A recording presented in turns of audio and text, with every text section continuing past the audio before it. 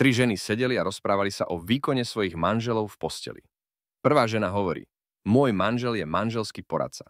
Vždy mi pred milovaním prinesie kvety a čokoládu. Naozaj sa mi to páči. Druhá žena hovorí: môj manžel je mechanik motoriek. Má rád drsnejšie veci a občas mi dá aj facku. Trochu sa mi to páči. Tretia žena len pokrúti hlavou a povie: môj manžel je politik.